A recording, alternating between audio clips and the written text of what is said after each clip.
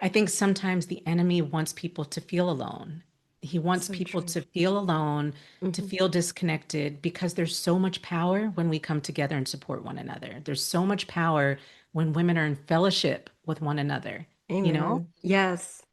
So I would say be encouraged. Know that you're not alone in feeling alone, but then look for some ways to feel less alone. With all the busy going on in your life, have you found it difficult to make new friends? Are you feeling disconnected and lonely? Well, God created us for relationship. Relationship with Him and relationship with one another. There is a deep need in all of us to have friends, regardless of where we are in life. And this deep need is so important to our self care. In this episode, Cecelia is my guest and she'll dive into this important topic of friendship. I hope you are blessed by this as much as I was. Is it hard to make healthy food choices and find time to exercise because you're too busy?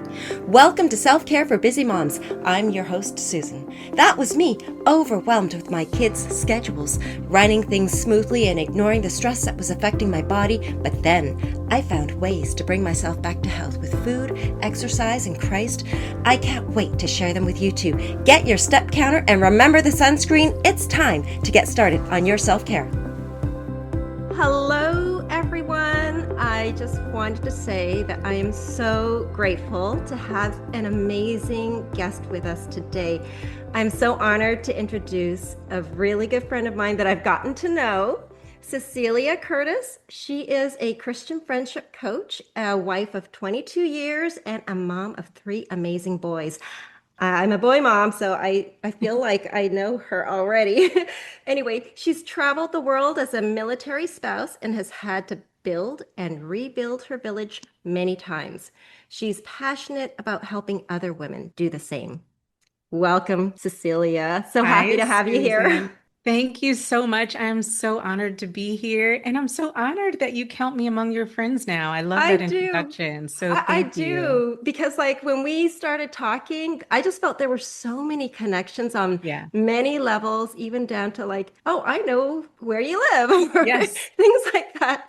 And Yes. also we really kind of bonded over tea. We did. Tea drinkers unite. Forget the coffee Yes, people. No, I we love you know. too. But tea Oh, drinkers unite. I'll go between coffee and tea. I love them both, but I have a special heart for tea time, and I Yes, know I do you do too. too. I do. Thank you for sharing. This is our tea time together today. So thank you for Yes. sharing it with me. Yes, we both have our cups of teas here. So, I wanted to talk to you real quick about your amazing podcast. Oh, thank Yes, like how did you start it or what inspired you to start it? Yeah, I started it because you mentioned I'm a military spouse, and we were honestly getting really close to my husband's retirement from the Air Force. He retired a couple months ago, and we've moved all over. I've met all these amazing people, and I really just started thinking about how I wanted to connect with them, reconnect with people from this base here and that base there, and tell them, like, thank you. Thank you for being an amazing friend. Thank you for being an amazing coworker. Thank you for blessing my life. So that's kind of where it started, but it expanded. I even reached out to my fifth grade teacher and some of my mentors from when I did missions work in South America. So that was the heart behind it. It was really meant to just say thank you to some of the people who've been a blessing in my life. But what happened was when I started going around and reconnecting with some of these people, I told women what I was doing. Like I told them I was talking about friendship, and women started telling me their stories of friendship and their stories of longing for friendship and longing for connection. So I started recording my podcast about 2 years ago. It actually came out about a year and a half ago, but it's evolved. Like it started as my personal tour, Hmm. virtual and in person, and it's kind of evolved where I'm talking to other women about their friendship journey and how to make friends and be better friends. And yeah, I love it. It's such a passion project. Like I love it at this point.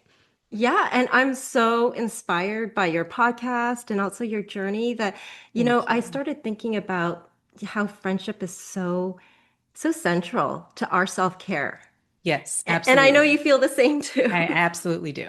Yes. Because I have to tell you, when I first started learning about tea time, that was more than 15 years ago, something inside me just like burst open. Hmm. And when we talked about tea time and we talked about like why it was so, I think it was because like we're boy moms Yes. and I just loved anything feminine. And tea time is just Yeah, like that. it is. My boys are 9, 7, and 5, and I love them, but it is a very masculine home. There's a lot of wrestling, there's a lot of tackling, and sometimes I have to remind them, like, I'm not daddy. I don't want to be tackled. But yeah, I love to have tea and just have some time with my girls to reconnect with myself and that feminine side. So I'm glad that you understand that. Yes, I do. So I wanted to ask you, why are you so passionate about friendship? Yeah, I think, going back to my life as a military spouse, I got married at 23. I got married, I moved away from my parents, from my brother, from my childhood friends. It was just my husband and me. We moved to Ohio. And during that time in my life, I didn't really have family to help me through the daily things. I've never really lived near family. I had an aunt and an uncle who lived pretty close by, I guess, in Ohio. But for the most part, I haven't had the benefit, the blessing, the luxury of having family nearby. So I've had to rely upon friends they're my family. Everywhere we go, they've been my family. When I've needed medical procedures and I lived in Germany, it was my friends who took me to the doctor because my husband was deployed. Like, Mm, these are the things that happen in the military community that you need to make friends or it's a very difficult life. So my friends are very important to me now that I'm a mom. I need friends. Like, I need friends to make it through the mom life. Just yesterday, my one son had to go to soccer. Another son had to go to different soccer. My little one had something after school, and my husband was working out of town. And I just couldn't figure out how to get all the things done. And one of my mom friends was like, "We'll pick up your son. We'll take him mhm. to soccer. We'll bring him home."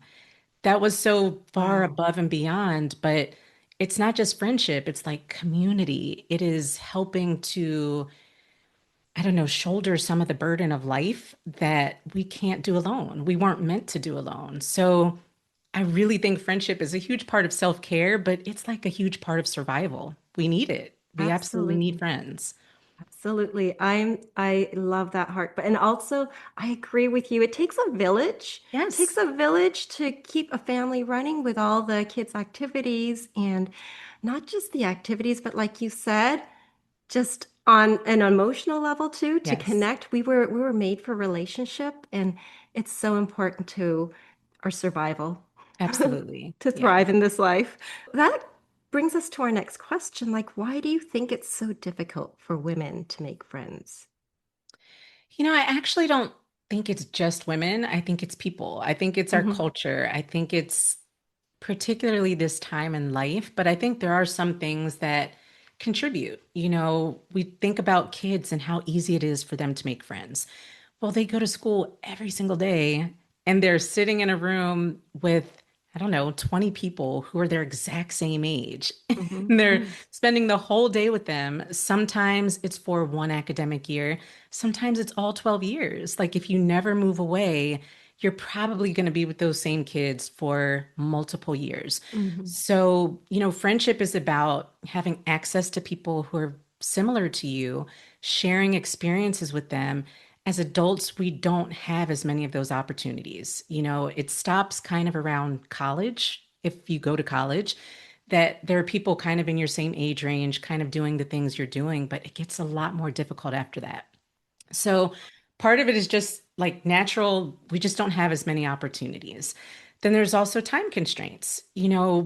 We're busy. We have jobs, we have families, we have, social commitments with our spouses, we have dot, dot, dot, church commitments. So it's tough to figure out where a friendship fits into that. I have a group of friends who I hang out with often. And it's funny, we went out a couple nights ago, and then one of my other friends, who's very type A, she sent a message after that that said, I want to hang out again. Let's get something on the calendar. And I was like, girl, I have a husband and kids. I can't just be out here living my best life all the time and neglecting my family. And she understands that. I understand where she's coming to from too, but Mhm. we have all these time constraints. And then we have our values. It's not just meeting someone who's the same age as you and who lives Mhm. next door to you and you see every day, but what do they believe? What do they believe about themselves? What do they believe about God? What do they believe about you? Like, is this someone you want to have a relationship with? So, people ask me all the time, why is it so difficult to make friends? But it's not one thing. There are all these things that kind of get in our way. Like, the older you get, the more jaded you get. You start thinking about the relationships that didn't work out, and you think, do I even want to try again? So, I can't give you one answer. There's so many Mhm. reasons that it just becomes more challenging for women and men, but I'll focus on the women since we're women. We're here together. But it becomes more challenging for adults in general. Yes, I've sort of feel like I've kind of hit a little bit of that roadblock for me myself personally, having Mhm. moved geographically from one location to another state, trying to find our church home and family. So, and we're also in a different season in life. Like all our kids are not little tiny, and moms Yeah, are busy. So I totally, yeah, I know what you're saying. yeah, It takes effort. it does. It takes So a lot of effort. So what sort of advice do you have for women who are trying to build or rebuild their village? I'm going to be taking notes over here. Okay. Well, I think honestly, the first thing is to get your head in the game. I talk a lot about friendship mindset on my podcast and when I do coaching one-on-one with women, talk about the friendship mindset because I think sometimes we psych ourselves out. We think that friendship is not possible. We think we're too introverted, we're too awkward. This person is going to hurt my feelings. It's not worth it. It's absolutely worth it. Genesis 2:18, God created us to be in connection with one another. And we go on and on and on psyching ourselves out, but I think the first thing is to stop that cycle. Like get your head in the game, decide that you really want this. Know that you want this for yourself, for your life. That village is like we're meant to have it. So get your head in the game. That's number one. Hmm. I would also say be realistic. So just because your head is in the game doesn't mean you're going to meet your bestie tomorrow. That's just not how it works. You might meet a great person tomorrow, but it's going to take time for that relationship to evolve and develop properly. And I sometimes think where people get their feelings hurt is when they meet someone who's great. Maybe they overshare or they think their relationship is closer than it really is. They're trying to move too quickly and then the person lets them down. Well, you were trying to treat that relationship like a 5-year friendship, and it was really just a 5-week friendship. They're not the same thing. So get your head in the game, be realistic about the time frame, be patient, be patient enough to work through some of those things and try. Like if at first you don't succeed, try again. I know Hmm. that it gets frustrating and it's a little bit daunting, but just keep trying. Keep trying. Absolutely. That is such great advice. And so as you were talking, I'm in my cooking mind right now. And and so you're thinking like it's more like a slow cooker. I do. Yeah, I A think it's slow a slow cooker cooker. process. And I was just thinking this because I had a massive slow cooker mess yesterday. But guess what? I was able to make something out of it There you go. by, recooking it in another method. But Yeah. anyway, I think that's wonderful advice that we just need to get our head in the game to have the right perspective and not to expect too much, but to let the process flow naturally as it should. So, what sort of encouragement do you have for women who's feeling a bit lonely? For women who are feeling lonely, I would say understand that you're not alone. There are a lot of us, there's so much research out there right now saying that during this season in our history, in our country, in the world, people are feeling more alone and more isolated than ever. Um, as a nation, sometimes it feels like we're more divided than ever. I'm not getting into Hmm. politics in any way, but Hmm. if you just look, you can tell people are just more divided than ever. So You're absolutely not alone. Like the Surgeon General did this whole warning. He considered it a health warning a few years ago. He called it the loneliness epidemic. Wow. And it was pages and pages and pages of information scientifically documenting that people feel alone. And it's not just a feeling, it's actually impacting our health, our mental health, our Hmm. physical health. So for them to get to the point that they needed to write that tells you that you're not alone. There are a lot of people out there who feel that way. Um, I did a I did a couple of interviews with a woman, Val Walker. She's an Hmm. author who really changed the way I view loneliness. She wrote a fantastic book, 400 Friends and No One to Call. And she really talked about why she was lonely and the steps that she took to kind of come out of that loneliness and come out of that isolation. So I'm pointing to all these studies and all these books because I promise you, you're not alone. And I think sometimes the enemy wants people to feel alone. He wants So people true. to feel alone, to Hmm. feel disconnected, because there's so much power when we come together and support one another. There's so much power when women are in fellowship with one another, you know? Amen. Yes. So I would say be encouraged. Know that you're not alone in feeling alone, but then look for some ways to feel less alone. Look for women who are like you. So in your situation, you've just moved. Find a group of women who have just moved, or find some women who haven't at least been there their whole life. They might be Hmm. more welcoming than people who've lived in the community for 50 years and their sister lives next door and their auntie True. lives next door. Like those people have their social needs already met. Hmm. So look for people who are like you. If you're a new mom, you're struggling through the first days of motherhood. I was there. I found another new mom. And we struggled together. We sent each other messages. Stephanie is her name. We sent each other messages like, is your baby sleeping? No, mine isn't either. Okay, I feel better. Like sometimes it's just about knowing you're not alone. So find those people who are like you, whether it's going out to meetups, whether it's going to church. Some people use Facebook. Whatever Hmm. works for you, find people like you.